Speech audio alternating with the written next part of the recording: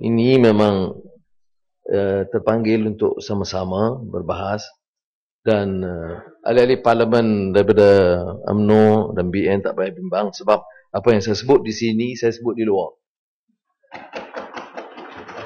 Walaupun tak ada lapor TV3 memang dia lapor. Memang dia beberapa kali yang disebut di luar. Dan ini prinsip dia. Nak pertikai hak ahli parlimen, bahas hakim atau urusan hakiman, itu tidak bersama. Kerana kita punya tanggungjawab dan ini prinsip undang-undang diterima, tried law. Ya. Kalau ada yang Muhammad yang kononnya peguam dah lupa mungkin. Kerana kadang-kadang peguam UMNO dia tak payah bekerja banyak, dia pakai kontrak dokumen saya. Ada baku projek dapat 1 juta. Tak payah lawan. Jadi itu beza dia. Tapi kalau Lord Denning, saya nak quote Tan Sri betul. The right of every man in parliament or out of it, in the press or over the broadcast, to make fair comment, even outspoken comment on matters of public interest. Those who comment can deal faithfully with all that is done in a court of justice. Apa prinsipnya di sini ialah asalkan hujah itu berasas, tidak melampau, tidak unsur fitnah, maka kita berhak untuk mempertikai kondak hakim. Ini yang disebut. Dan di dalam dan di luar mahkamah, perkara itu kan baru. Kita nak kata kesemua hakim tak layak, tak benar. Kita nak pertahankan seperti mana yang dibuat oleh ahli-ahli parlimen BN dalam bahas. Wah, sistem kehakiman ini memang tunggak dan tidak boleh dipertikaikan, separation of powers. Ini dia dari mana? Dari pulau mana? Dari Mars. Pembahasan ini bukan baru. Saya masih ingat semasa dalam mesyuarat Jemaah Menteri, Datuk N.H. Chan masa itu Court of Appeal membuat satu kecaman kuat terhadap badan kehakiman. Dan rumusannya, something is rotten in the House of Denmark. Ya, itu quoting Shakespeare. Tetapi House of Denmark itu masa itu civil court di Malaysia. Maka beberapa orang kami merasakan ini kecaman kuat. Kita selalu memikirkan ahli politik dan jemaah menteri tak payah campur. Tapi pada masa itu saya mengambil inisiatif yang ada betul untuk meletakkan seluruh keputusan judgement kehakiman itu di meja tiap menteri. Untuk menunjukkan bahawa ada kelemahan besar bila hakim kanan menyerang badan kehakiman kerana terlibat dalam unsur rasuah dalam kes Anor versus Air Molek Rubber Estate. Dan walaupun akhirnya ini menyebabkan Ketua Hakim Negara masa itu Tun Yusof Chin ya, menyerang hakim berkenaan. Tapi kita tahu akhirnya Yusof Chin itu terlibat dalam skandal VK Lingam korek. Dia bukti. Ini melibatkan ketua hakim negara. Dan ada orang mengatakan, oh, there's nothing wrong with our system of justice. Ada baik putusan, ada tidak baik putusan. There is something rotten in the system of justice. Ya. Ini yang dipertikaikan. Ya. Siapa yang boleh pertikai keputusan Suruhanjaya mengenai VK Lingam? Yang masih lagi bebas, tidak ada tindakan, ada cadangan khusus oleh mantan hakim dan jatuh kuasa yang tidak ada tindakan. Dan gimana kita nak datang pertahankan, tak ada apa-apa masalah dan kelemahan. Ini saya rasa sesuatu yang sikap keterlaluan.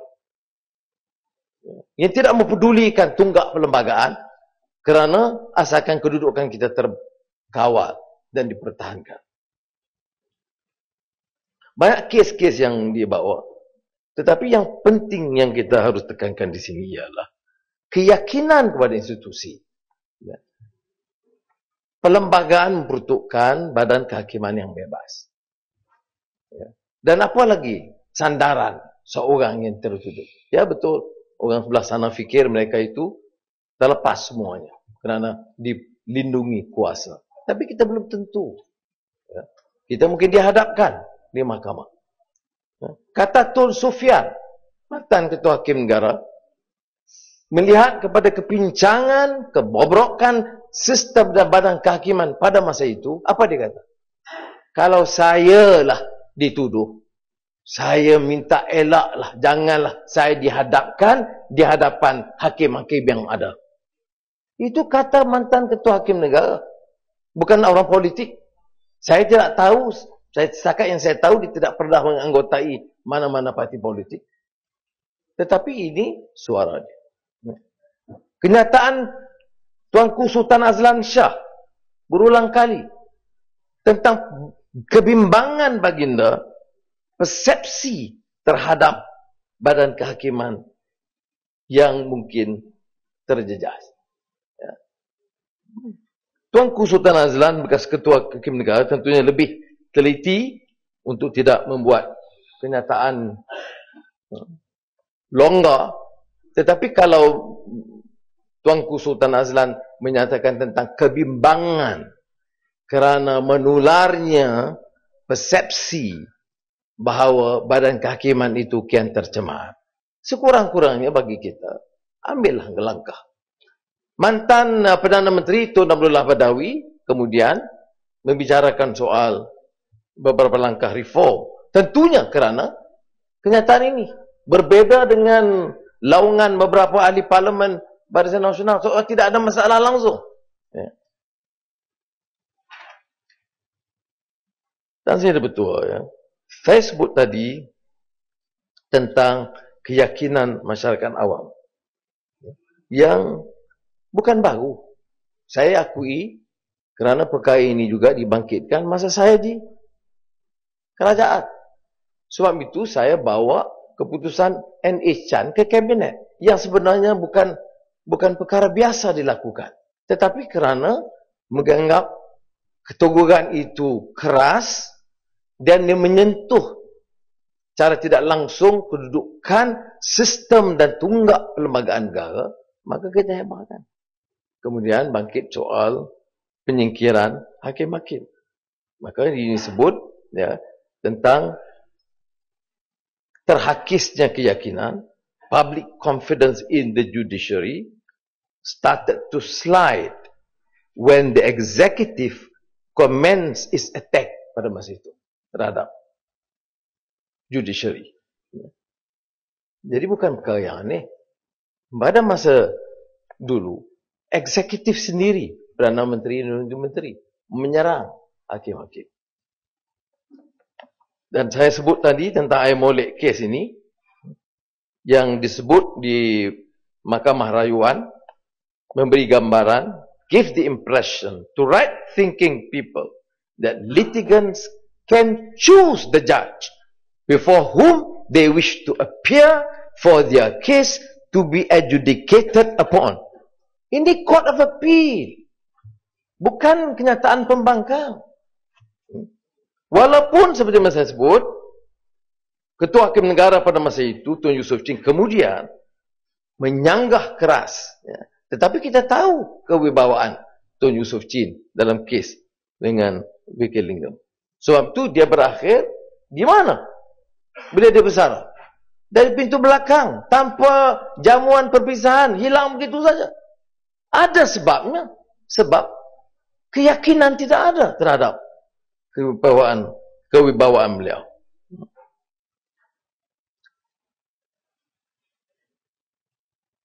Bertampau. Boleh sikit. Terima kasih Tan Sri.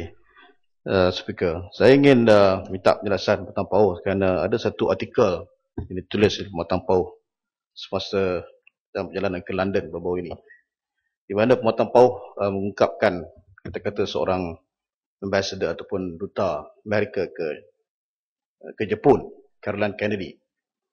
Bertampau mengungkapkan itu di peringkat awal artikelnya dan menyatakan dengan izin Tan Sri, betul, the bedrock of our democracy is the rule of law.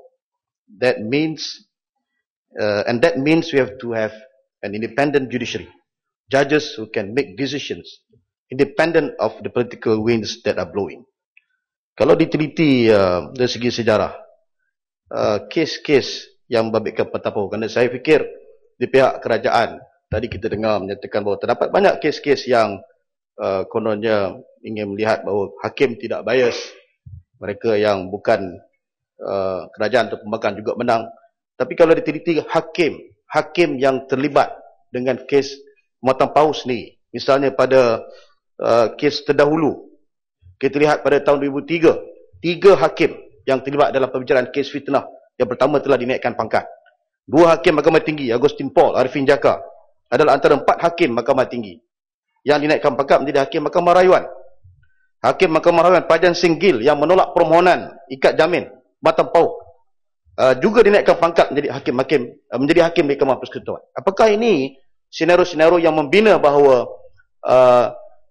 it is not independent judges that are blowing, yang menunjukkan dari segi persepsi bahawa mahkamah kita bertindak bebas asalkan kes yang membabitkan beberapa tokoh, misalnya Muatan Pau, yang selalu kita sebut selective prosecution atau selective judgment, itu dilihat cenderung untuk tidak meletakkan agenda ataupun prinsip keadilan itu mengatasi segala-galanya. Mohon penjelasan Muatan Pau. Terima kasih Tazia Betul. Bukannya badan kehakiman, sistem bobrok ini ya, mudah kalau orang tu ahli politik biasa nak jadi senator, serang Anwar Ibrahim. Kalau dia nak dapat anugerah pun serang Anwar Ibrahim. Sebab itu kadang-kadang dalam kalangan backbencher, terutama bila saya tidak dalam dewan, berebut untuk menyerang saya, dapat perhatian, naik pangkat. Dan ini bukan satu. Kalau Tan Sri kata, bagi nama, saya boleh bagi 5-6 kes-kes yang sedemikian. Malah duta besar pun boleh, duta besar. Ya. Orang kecil yang jadi duta besar semata-mata kerana hebatnya menyerang Anwar Ibrahim. Ini ucap tahniah. Sistem bobrok hanya orang-orang yang begitu yang mampu membuat. Tapi saya sebut tadi untuk respon pada rakan saya tadi, iaitu tentang apa yang disebut peringatan Tuanku Sultan Azlan Shah. Soal kehadiran hakim dan mahkamah itu tidak memberi makna. It is their quality, their independence and their powers that matter. Ini bila baginda mengaitkan tentang persepsi awam. Sebab kata tuanku, beta mengakui there has been some disquiet about our judiciary over the past few years and in more recent past. In 2004, I have stated that it grieved me, having been a member of the judiciary, whenever I had allegation against the judiciary and the erosion of public confidence in the judiciary. Ketua Hakim Negara dan Sultan Perak. Tan Sri Betul, untuk mempertahankan seperti yang dilakukan seolah-olah badan kehakiman itu bebas daripada segala celaan tidak benar. Dalam satu sidang Majlis Raja-Raja Melayu, tuanku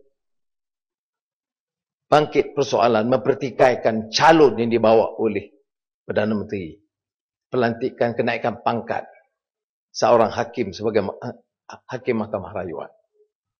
Saya yang mewakili Perdana Menteri pada masa itu mengatakan prosesnya itu keputusan Perdana Menteri, minta tuanku perkenankan.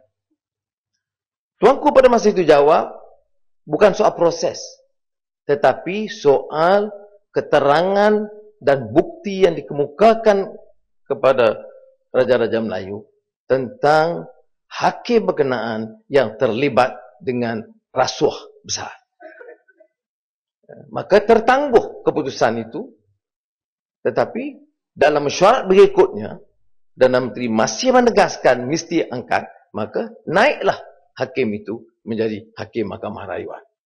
Dan nasib saya baik pula, saya terpaksa berhadapan dengan beliau. Dalam kes saya, Mahkamah Rayuan, memang garanti kalah. Mana nak boleh jamin ya, bila kes itu sampai dalam keadaan begitu dan kita anggap administration of justice will not be compromised, tak mungkin Presiden betul. Baik. Bangkit tadi masa timbalan yang bertuah hadir tadi. Saya dengar di atas. Nama saya berulang kali dibangkit, ditanya. Ya. Dan seolah-olah tidak ada kes sanggahan terhadap hakim selepas ini. Ada yang bertanya, mana ada bukti 112 kes kecurangan atau kelemahan atau kesalahan hakim-hakim. Ini saya minta kalian ini buat homework lah sikit. Ini surat hakim. Surat Hakim Datuk Syed Ahmad Aidit kepada kerajaan. 112 tuduhan terhadap salah laku tindakan hakim-hakim. Bukan surat daripada ahli parlimen. Ya. Soal tutup tak tutup soal lain lah. Ya. Sampai mana tentu soal akhlak, soal bayaran RM50,000, RM100,000, jutaan dan sebut nama-nama yang berkaitan. Tidak ada tindakan. Dan kita juga tahu tentang kes Ketua Hakim Negara bercuti dengan Peguam W.K. Lingam dan Menteri pada masa itu mengakui ada salah laku tapi tidak ada tindakan. Tadi Spang bangkitkan soal Hakim Kamil Ahmad sebab yang betul minta dinamakan.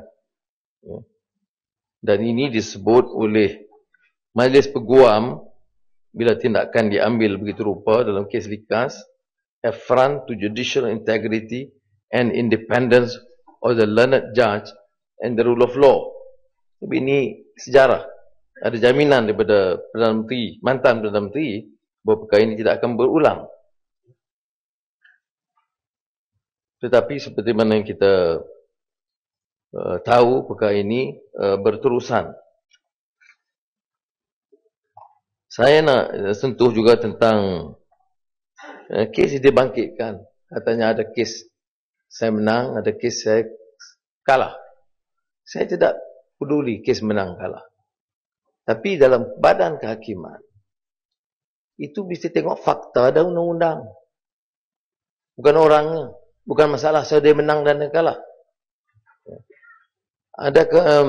Saya kebetulan dapat sampaikan kepada Yang Muhammad Arau yang tentunya tidak dapat ikuti secara terperinci. Kes terbaru. Ya, daripada yang lama pun. Mengapa seluruh badan perundangan dalam negara, ulama dalam negara dan luar negara, badan perundangan yang terkenal dan bebas, mempertikai.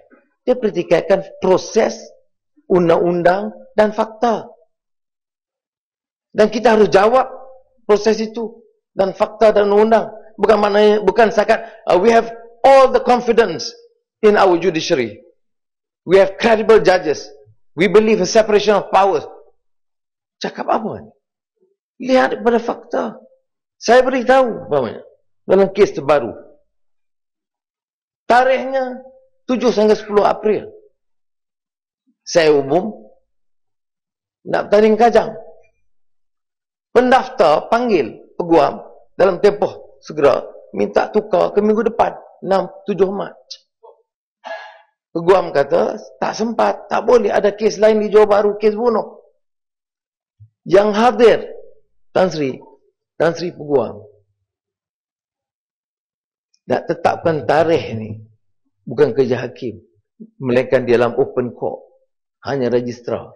Tapi untuk kes ini hakim Mahkamah Rayuan datang dan bagi jaminan all other case kita tolak, no problem. Baik, jadi 6-7 Mac sebab penamaan calon 11 Mac. Oh, ini proses undang. Ini tidak boleh pertikai. Hak ditetapkan tarikh. Tan Sri Bertua semua tarikh ditetapkan oleh hakim. Saya telah bertanya kepada pendakwa dan peguam bela. Tidak dalam kes ini. Tarikh 7-10 April dibawa ke depan kerana 11 hari bulan penamaan calon Dewan Undangan Negeri Kajang. Dan nak bagi tahu ikut proses, boleh bertahan. Dan kalau orang kata tak apa, saya bertanggungjawab kepada Allah SWT, tanggungjawablah. Tapi tolong jelaskan perkara ini. Dan sini betul. Kes yang melibatkan pertuduhan terhadap saya dengan semua dokumen dan fakta dan perubatan, semua diketepikan. File terbalik ni, saya telah dengar hujah nak overturn High Court decision. Dia boleh buat dalam 1 jam. Ini rekod dunia. Okey. Kita ada hakim-hakim yang cukup bijak dan berwibawa dan bukan ahli UMNO. Saya tak tahu dia ahli UMNO tidak. Saya tidak tuduh. Ada yang cawa. Ulang di luar. 6 kali dah saya ucap di luar. Dia nak hadap. Tetapi yang dia tak boleh perhatikan ialah mengenepikan proses, mengenepikan fakta dan mengenepikan undang. Saya tidak akan hujah soal kes khusus. Tapi saya nak bagi tahu tanggungjawab parlimen untuk tahu bahawa proses diketepikan. Mengapa dalam kes Anwar hakim dia kata ini circumstance yang berbeza. It's not individual. Ini principle of law, Tuan Sri. Ya, tak apa. Saya tahu, saya ada sebulan, 2 bulan lagi. Kalau begini trendnya, pimpinan kerajaan dan badan kehakiman, saya akan jatuhkan hukum 5 tahun minimum. Mungkin Mahkamah Persekutuan akan menambah. Saya bersedia. Saya di London, ada kawan-kawan sana kata Anwar, dah kamu tahu dah nak masuk penjara. Balik buat apa? Ya. Saya kata saya ada tugas. Dan kalau mereka zalim begini, kalau mereka ingat zalim begini boleh terus menerus dan mengatakan, oh kami bebas, tak campur. Takkanlah Perdana Menteri nak telefon. You are completely ignorant or naive or blatantly lying to this house. Bukan saya cakap, Ketua Hakim Negara dalam kes Likas. Hakim bagi tahu, Ketua Hakim telefon dia. Is in evidence in court. Yang datang di sini katakan, mana ada? Mana mungkin? Ya. Ya, datang sini betul. Saya tak marah, saya cool. Yang nak masuk penjara saya. Tetapi kalau inilah cara kita gunakan badan kehakiman sebagai pekakas dan pecacai kita, dan nak minta saya undur dan duduk di London, dia silap besar. Saya balik dan saya akan lawan habis-habisan. Kezaliman begini tidak boleh. Kawan-kawan saya belah sana, kalau adalah sikit secebis rasa untuk pertahankan prinsip undang-undang, perlembagaan, keadilan, dan katanya akan bertanggungjawab depan Allah SWT. Yang saya minta satu saja. Pastikanlah dalam proses, dalam undang-undang, dalam mengikuti fakta, ikut.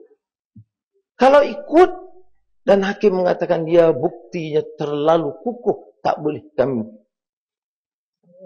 ambil keputusan yang lain. Saya tawakal. Tapi kalau proses, fakta dan undang-undang tidak diikuti, jangan guna dan main sentimen seperti ini. Paling tidak kita baca keputusan badan kehakiman dan juga respon. Takkanlah semua pemati undang-undang boleh satu pendapat semua sokong Anwar. Mesti ada alasannya. Dan mereka kemukakan hujah. Dalam kes terbaru, Majlis Peguam bagi keterangan yang agak terperinci ikut sequence yang belum pernah berlaku. Kita baca. Kalau kita tak setuju, kita hujah. Jangan pakai ketepi dengan angkuh dan sombong. Ya, hari ini kita ada kuasa, besok belum tentu. Kalau kita fikir begitu, Tan Sri, betul. Sekurang-kurangnya, kalau pun kita benci dengan Anwar, tak payah zalim dengan dia. Saya tidak boleh merayu orang supaya tak benci dengan saya.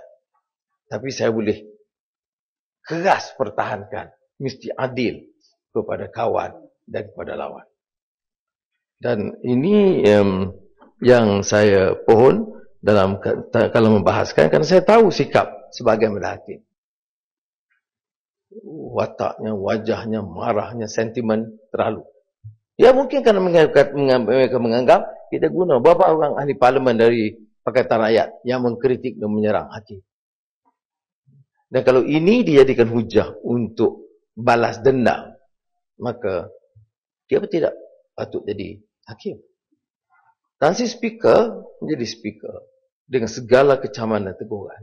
Tetapi duduk kerusi itu mewajibkan speaker menjadi speaker yang bebas. Bagi apatah lagi seorang hakim. Maka sementara kami menyokong undang-undang ini tanpa persaraan kerana kita anggap ini suatu yang munsabah dan adil, kami membantah keras tentang apa yang kita sebut sebagai miscarriage of justice. Dan saya mau rekod perkara ini dengan jelas, dan ada yang cabar tadi suruh ulang di luar. Kita dah ulang banyak kali dah, saya sebut. Dan malam ini di Kelang, insya-Allah saya akan ulang dengan lebih keras lagi apa yang saya sebut di parlimen pada petang ini. Terima kasih.